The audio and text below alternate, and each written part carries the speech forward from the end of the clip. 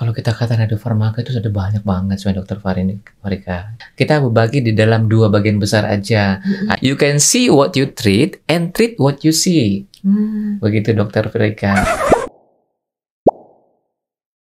Halo Sobat KBMed, di episode podcast kali ini kita akan membahas teknologi nuklir di bidang kedokteran yang bisa melakukan dua hal sekaligus, yaitu diagnosis penyakit sekaligus memberikan terapi, dikenal dengan teranostik. Kunci di balik teknologi teranostik adalah radiofarmaka. Nah, hari ini kita akan mengenal berbagai jenis radiofarmaka dan mengapa mereka sangat penting dalam bidang kedokteran. Jadi, pastikan Sobat KBMed tetap bersama kami untuk dapat informasinya ya.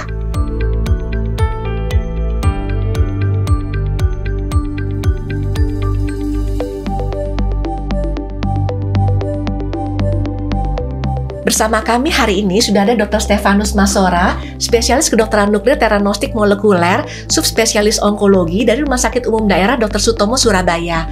Selamat pagi Dok, terima kasih ya Dok untuk kehadirannya. Sama-sama Dokter Farika, pagi juga. Iya, nah Dok, hari ini kami ingin berbagi informasi dengan Sobat KBMed Dok. Kira-kira untuk radiofarmaka ini Dok, tadi kan disebutkan sebagai teranostik, diagnosis dan terapi. Ada berapa banyak Dok jenis radiofarmaka ini di Indonesia? Ya, kalau kita kata radiofarmaka itu sudah banyak banget sebenarnya Dokter Farika, ya. Jadi kalau kita mau bahas semua itu sampai pagi juga nggak selesai, ya. Jadi kita berbagi di dalam dua bagian besar aja. Ada radiofarmaka untuk diagnostik, ada radiofarmaka untuk terapi. Dan saat ini dikembangkan radiofarmaka yang memang khusus untuk bidang teranostik, seperti itu Dokter Farika. Nah, Dok boleh dijelaskan Dok? Nggak Dok, kira-kira untuk teranostik. Jadi misalnya apakah satu radiofarmaka bisa digunakan untuk diagnosis dan juga nanti digunakan lagi sebagai terapi kah Dok untuk tata laksana tersebut? Kira-kira gimana kah Dok? Ya, jadi teranostik itu adalah kita menggunakan suatu prinsip yang sama untuk metode diagnostik dan metode terapinya. Jadi ilustrasinya kayak begini Dokter Farika. Tadi kan kita sudah belajar mengenai farmaka, ada belajar mengenai radioisotop. Radiofarmaka itu bisa sebagai drivernya, kemudian isotop itu sebagai mobilnya, ya. Jadi kalau kita mau menyetir ke tujuan harus ada drivernya. Jadi mobil itu tidak akan sampai ke tujuan tanpa ada driver. Nah, begitu pula dengan radioisotop, radiofarmaka. Nah, kalau kita menggunakan farmaka untuk diagnostik, radiofarmaka untuk diagnostik, maka kita menggunakan suatu radiofarmaka yang hanya untuk memancarkan sinar hanya untuk citra atau imaging saja. Ya, tetapi kalau untuk terapinya, farmakanya hampir sama. Tetapi radioisotopnya kita gunakan radioaktif yang untuk terapi yang bisa menghancurkan. Dan dalam hal ini mungkin yang paling banyak adalah kanker. Kita gunakan radioisotop yang bisa menghancurkan sel kanker.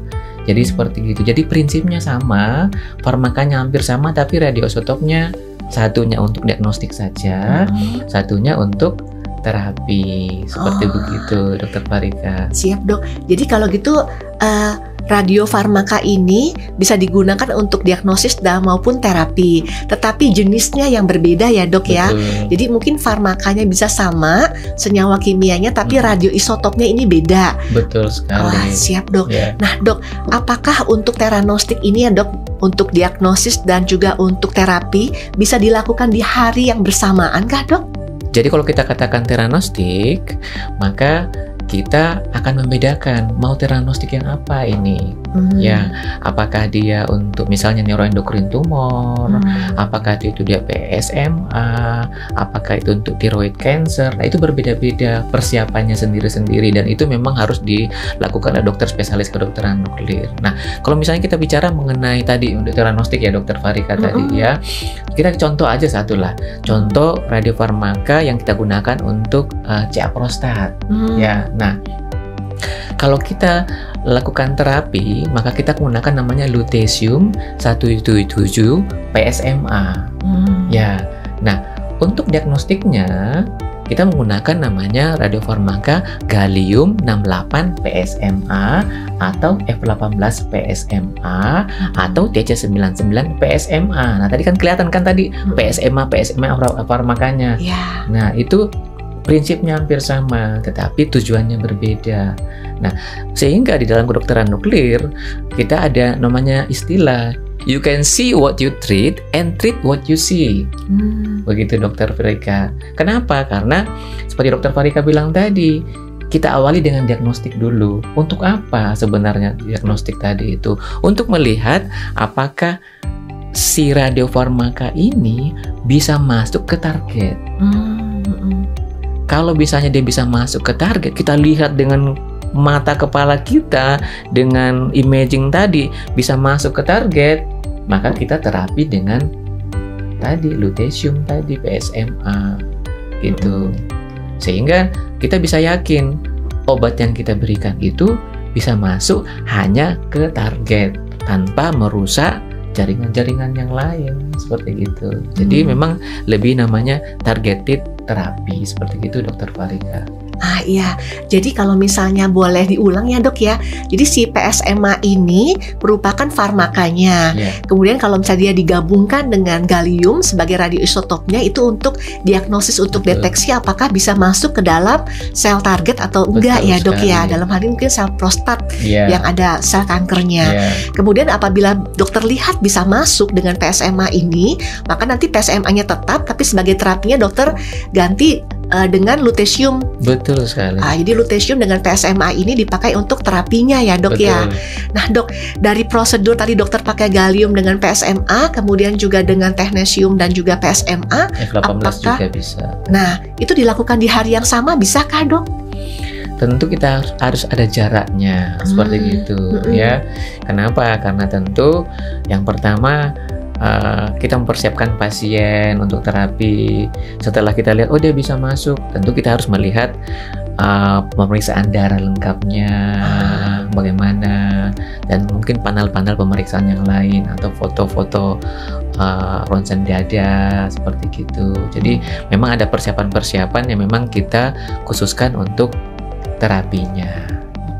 Baik dok, jadi kalau misalnya dari diagnosis sampai ada persiapan lagi lebih lanjut ya dok ya untuk melakukan terapi, kira-kira biasanya berapa lama kah dok? Ada jedanya kah? Ya, jadi tentu bisa berlangsung beberapa hari sampai seminggu seperti itu ya, dan ada juga yang bisa sampai sebulan kayak gitu kadang-kadang. Tetapi tentu kita bisa melihat tidak hanya persiapan radiofarmakanya saja, tetapi kita juga bisa melihat dari kondisi fisik pasien ya. Jadi kalau misalnya kondisi fisiknya baik, kemudian radiofarmakanya sudah sedia, maka kita bisa lakukan sesegera mungkin di dalam hitungan hari seperti itu. Tapi kalau misalnya kondisi fisiknya mungkin lagi tidak bagus, ya mungkin tentu kita harus memperbaiki kondisi fisiknya dulu, kondisi klinisnya dulu, baru kemudian kita lakukan terapi. Dan mungkin butuh waktu seminggu, kan mungkin bisa lebih daripada itu. Iya, oh baik, memang jadi perlu persiapan ya dok ya untuk menjalani terapi ini. Nah dok, itu lama terapinya berapa lama kah dok? Apakah setelah terapi pasien boleh langsung pulang? Kembali lagi bahwa kita menggunakan radiofarmaka yang unik. Iya. Jadi berbeda-beda. Kalau terapi lutetium ya tentu kalau secara proteksi radiasi ya bisa langsung pulang 1 hari atau 2 hari setelahnya. Tapi kalau misalnya lihat kondisi klinisnya, masih butuh bantuan, misalnya butuh untuk perbaikan klinis, perbaikan keadaan, maka nanti ya kembali ke rumahnya, pulang dari rumah sakit ya tergantung dari keadaannya membaik dulu atau tidak. Siap. Tapi kalau misalnya dengan yodium tadi, yodium tergantung dari radiasinya. Kalau radiasinya sudah aman, boleh pulang, bisa beberapa hari, bisa seminggu. Nah seperti itu semua. Jadi beda radioisotop, beda radiofarmaka, beda penanganan, beda waktu untuk pulang dari rumah sakit. Oh iya, baik. Tapi walaupun dengan waktu yang berbeda-beda, tapi maksudnya karena dilakukan dengan dokter yang sudah berpengalaman dalam hal kedokteran nuklir, jadinya aman ya dok ya untuk pasien tentu, ya? Tentu sangat aman. Baik dok, terima kasih Dr. Stefanus. Nah demikian Sobat KBMed, penjelasan dari Dr. Stefanus Masora mengenai radiofarmaka. Jadi radiofarmaka ini digunakan untuk membantu dokter melihat kondisi tubuh dalam hal metabolisme dengan lebih jelas, dan proses ini sangat aman karena menggunakan dosis radioaktif yang kecil ya dok ya. Siap.